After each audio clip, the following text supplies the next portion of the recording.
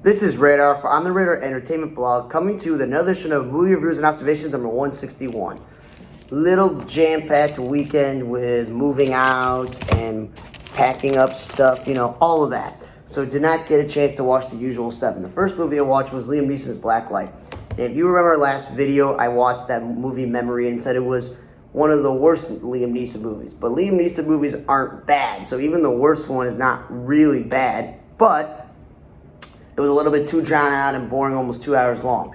This was in the hour 40-minute range. There was nonstop action. He's literally a fixer for this, like the CIA and like a black ops thing where he has to fix things whenever there's problems with agents or other things, or FBI, whatever it is, FBI, CIA. And literally he realizes that what he's doing is bad and he doesn't want to do it anymore. And he wants to move on, but he can't move on. So like taking his daughter and his granddaughter disappear, and he's on a mission to save his daughter and his granddaughter, save the world from all this bad stuff, and stop the people running the government, the FBI, CIA. And he uses the help of a journalist. And it was a good movie. I liked it. I enjoyed it because, again, nonstop action, and he's trying to save the day. So that's a worthwhile one. Then I watched Studio 666, the Foo Fighters action, comedy, horror film, what do you want to call it, dramedy. So when it comes to musicians deciding they're going to make a movie and make it a horror film, not a biopic or concert thing, you're going to have to take it with a grain of salt. This movie was silly and sometimes really dumb and stupid and lots of blood and gore, but it was like a typical horror film. They're in a building and guess what? It's haunted. So they go and rent this house out or whatever, buy this house to go film, and it's supposedly haunted, and things go bump in the night, people die in most horror films, and you have to try to see who survives in the film or not. And there was guest stars, Jenny Ortega was in it briefly, Jeff Garlin was the, record person, Will Forte was the delivery driver, Whitney Cummings was the neighbor next door, and I was like, yeah, I liked it. It was something you want to put on and just close your brain out and go, I just want to watch something silly. And, wasn't too long either, barely an hour and 40-something minutes. So that was a good thing. Then I watched another cheesy Bruce Willis movie called Wrong Place with Ashley Greene, where the bad guy and the good guy in the movie that isn't Bruce Willis, you're like, wait, those dudes look familiar. And then you find out that the cop in the movie and the bad guy in the movies, multiple bad guys, let's say, you're like, wait, I've seen them before. And then you look up their credits on IMDb, and you're like, it's mostly these other Bruce Willis movies. And you're like, okay, cool. So yeah, it's like a typical, he's a former cop, something happened while he's not a cop in a small town. He's doing security, and he tries to save the day, but that then screws him over because the bad guy goes, you shouldn't get involved in this. And again, it puts his daughter at risk because she's having to be coming to town this supposed week. And she's battling cancer, and he's a widower, and all this other stuff.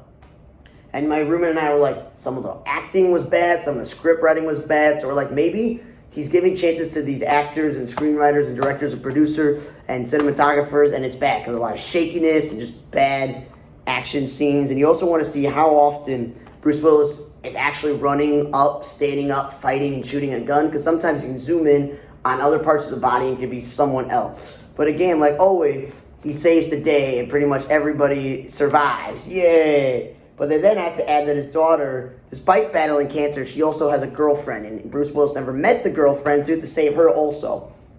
And, the black cop in the movie, who he used to work with, who took his position when he left, and he, somehow survives. And I'm like, it's okay. Barely 90-something minutes. It just goes on to the last couple of years of Bruce Willis movies that you can watch because, it is what it is. Then I didn't watch movies for 2 days. I went to see a comedy show, Max Manikoff, go check him out. And then, just long days, just not getting a chance. So I watched the shortest movie I had, which was Operation Seawolf, that stars Dolph Lundgren and Frank Grillo, as you can see, and this Hiriam A. Murphy. So basically, it's like a historical film, and it's barely 80-something minutes. So basically, I may have to go back and watch this because there's a lot of packing and everything going on, but it was basically Frank Grillo was working in the, he's in the United States military, and they're working on things from away, trying to figure out how to stop all these attacks while this Hiram H. Murray is on the actual ship, in the waters. And of course, Dolph Lundgren is not German. but he's one of these German, generals or captains, colonels or whatever, and they're basically the last attempt to attack the United States. Is that they're like, let's go all out with missiles and attacking them, and it's like a cat and mouse, checkers chess game. Him trying to outmaneuver Frank Grillo, telling the people what to do on the boat, and it's all back and forth. So yeah, it wasn't bad. It was interesting enough. Not the worst movie, not the best movie, but again, not too long, and it's a historical film, so it's like based off true stuff. Then I watched The Power of the Dog because I'm like, I got like other 2-hour plus movies, and this one is barely 2 hours and 2 minutes, but it was so boring and so uninteresting that supposedly it's about him, where he's like this dude who's based off a book, and it's like in the 1920s where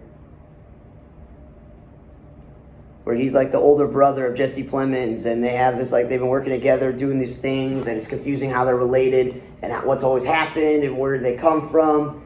And he's like, supposedly he didn't bathe or brush his teeth for this role. And I feel like this, and it was just like, Power of the Dog, like, what does it really mean? It's psychological? I don't know what it is. But I felt like the movie was more about Jesse Plemons trying to help out Kirsten Dunst, who's a widower, and her son's a little weird, and he marries her, and he's trying to help her out, and they're just living in these times. And Benedict Cumberbatch is like the older brother or whatever, and it was just like, okay.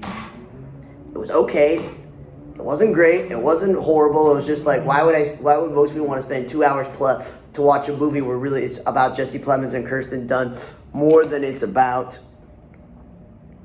Benedict Cumberbatch, but he's on the cover.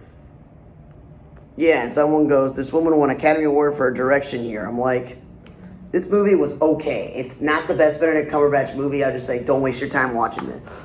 But I would say, watch Blacklight with Liam Neeson. Watch Studio 666. If you like the Foo Fighters and you like comedy horror, I would say if you're interested in military movies, Operation Seawolf wasn't bad. And if you're into Bruce Willis movies, then of course watch The Wrong Place if that's just who you are. Like my roommate loves Bruce Willis movies. Power of the Dog, I don't get it. Maybe it wasn't for me, it just wasn't good. Thanks again for listening to another edition of Movie Reviews and Observations number 161. For On the Radar Tape Blog, I'm Radar. See you guys next time.